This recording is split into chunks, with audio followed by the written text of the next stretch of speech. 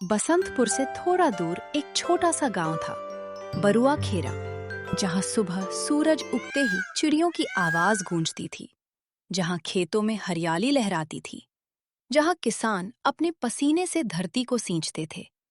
लेकिन इस साल सब कुछ बदल चुका था। गर्मी इतनी भयानक पड़ी थी कि धरती फट चुकी थी, पेड़ों के पत्ते झुलस चुके थे और कुएं तालाब सब सूख चुके थे। ऐसा लग रहा था जैसे सूरज आग बरसा रहा हो। उसी गांव में रहता था रामू किसान, उसकी पत्नी गौरी और उनका छोटा बेटा मुन्ना। रामू के पास बस 2 बीघा जमीन थी, जिससे उसका घर चलता था। लेकिन इस बार फसल बोई ही नहीं जा सकी।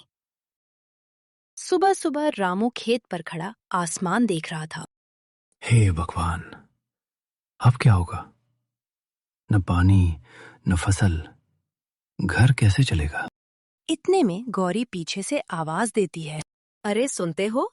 कब तक ऐसे ही खड़े रहोगे? घर में पानी की एक बूंद नहीं बची है। मुन्ना सुबह से रो रहा है।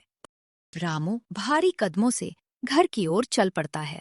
घर पहुंचते ही मुन्ना दौड़ कर आता है। पापा, पानी, बहुत प्यास लगी है। रामू उसकी तरफ देखता है, लेकिन उसके पास देने को कुछ भी नहीं था। वो बस उसके सिर पर हाथ फेरता है। बस बेटा, अभी लाता हूं। रामू एक खाली बाल्टी लेकर निकल पड़ता है। रामू तेजी से गांव में लगे हैंडपंप के पास पहुंचता है और वह हैंडपंप चलाता है।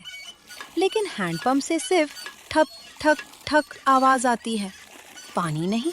चल जा रे, थोड़ा सा ही दे दे। लेकिन हैंडपंप भी जैसे जवाब दे चुका था।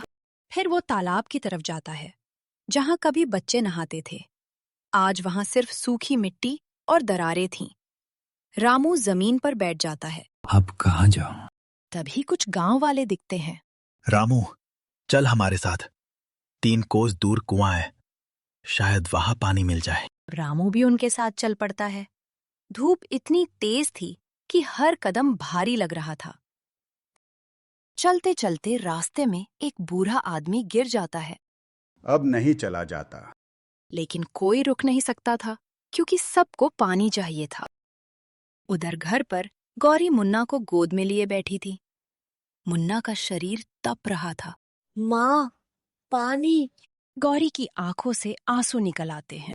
क्या करूं बेटा, कहाँ से लाऊं? वो अपने आंचल से उसे हवा करती है। इतने में पड़ोसन आ जाती है। गौरी, मेरे पास थोड़ा सा पानी है, ले ले। गौरी हाथ जोड़ लेती है। भगवान तुम्हारा भला करे। लेकिन वो पानी भी बहुत कम था। शाम को रामू लौटता है, थका और पसीने में भीगा हुआ। उसके हाथ में आधी भरी बोतल। बस इतना ही मिला। गौरी चुप हो जाती है। तीनों उस पानी को ऐसे पीते हैं जैसे अमृत हो। उस रात भूख से ज्यादा प्यास ने उन्हें जगाए रखा। अगले दिन रामू साहूकार के पास जाता है। सेठ जी, थोड़ा कर्ज दे दो, बच्चा बीमार है। साहूकार गुस्से में, पहले पुराना कर्ज चुका। सेठ जी, फसल सूख गई। तो मैं क्या करूं? जाओ यहां से। रामू की आंखों में आंसू थे। वो वहां से चला आता है। रामू दुखी मन से अपने खेत में जाकर बैठ जाता है और आसमान को निहारता। हे भगवान, क्या गरीब होना ही पाप है? सूरज ढल रहा था, लेकिन गर्मी कम नहीं हो रही थी। अब क्या करूं? घर में खाना नहीं, पानी नहीं, बेटा बीमार। वो टूट चुका था। एक पल के लिए उसके मन में ख्याल आता है, सब खत्म कर दूं। लेकिन तभी उसे मुन्ना की आवाज याद आती है। पापा, रामू जोर से रो पड़ता है। नहीं, मैं हार नहीं मानूंगा। वो उठता है। अब चाहे जो हो जाए, मैं अपने परिवार को बचाऊंगा। वो शहर जाने का फैसला करता है। रात में गौरी से कहता है, गौरी, मैंने शहर जाने के लिए मन बना लिया हूं, काम करने के लिए। गौरी रोने लगती है। हमें छोड़कर मत जाओ। मजबूरी है गौरी, मैं पैसे लेकर लौटूंगा। जल्दी लौटाना, हम तेरे बिना नहीं रह पाएंगे। रामू अगले दिन शहर के लिए निकल पड़ता है। शहर पहुंचते ही रामू को समझ आ गया कि यहाँ कमाना आसान नहीं है। रामू को पहले दिन कोई काम नहीं मिला। दूसरे दिन मजदूरी मिली, लेकिन आधे पैसे। तीसरे दिन मालिक ने डांट कर भगा दिया। रामू रात को फुटपाथ पर बैठा था, गांव में भूख थी, यहाँ अपमान है। लेकिन उसे अपने परिवार की चिंता थी। नहीं, मुझे टिकना होगा। धीरे धीरे उसे एक निर्माण स्थल पर काम मिल जाता है। दिन भर पत्थर ढोना, सीमेंट उठाना और धूप में जलना। लेकिन फिर भी इस बार रामू हार नहीं मानता।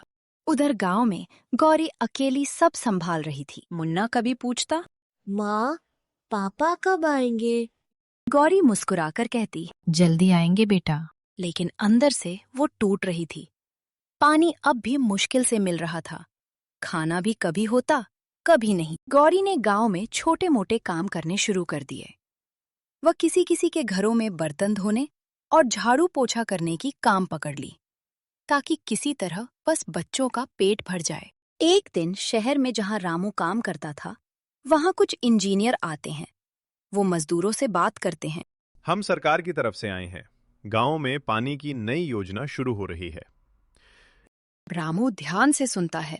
हमें ऐसे लोगों की जरूरत है जो अपने गांव को जानते हो। रामू तुरंत आगे आता है। साहब, मेरा गांव बरुआ खेड़ा, वहाँ पानी की बहुत समस्या है। अगर तुम चाहो तो तुम हमारी टीम के साथ काम कर सकते हो। रामू के लिए ये मौका बड़ा था। अब वो सिर्फ मजदूर नहीं, बल्कि पानी की लाइन बिछाने वाली टीम का हिस्सा बन गया। कुछ हफ्तों बाद गांव बरुआ खेड़ा में मशीनें आती हैं। लोग हैरान। ये क्या हो रहा है? और तभी रामू जीप से उतरता है। रामू, पापा, तीनों गले लग जाते हैं। गांव वाले भी खुश हो जाते हैं। अब सब बदल जाएगा, हमारे गांव में पानी आएगा। कुछ ही दिनों बाद पाइपलाइन बिछाई जाती है, नया बोरवेल खोदा जाता है और कुछ ही दिनों में गांव में पहली बार नल से पानी आता है। कुछ महीनों बाद बारिश भी बहुत जोरदार होती है। रामू अपनी पत्नी गौरी और छोटे बेटा मुन्ना के साथ खेत में खड़ा हरी भरी फसल को लहराते देख बहुत ही खुश होता है। पापा देखो, हमारी फसल। गौरी मुस्कुरा रही थी। भगवान ने देर की, पर जो भी किया सही किया। गर्मी ने उन्हें तोड़ा जरूर, लेकिन खत्म नहीं कर पाई, क्योंकि जो इंसान हार मान ले वो खत्म होता है, और जो लड़ता रहे वो एक दिन अपनी किस्मत खुद लिखता है। अगर आपको ये कहानी पसंद आई हो तो हमारे चैनल को सब्सक्राइब करें, वीडियो को लाइक करें और कमेंट करके जरूर बताएं कि आपको ये कहानी कैसी लगी। धन्यवाद।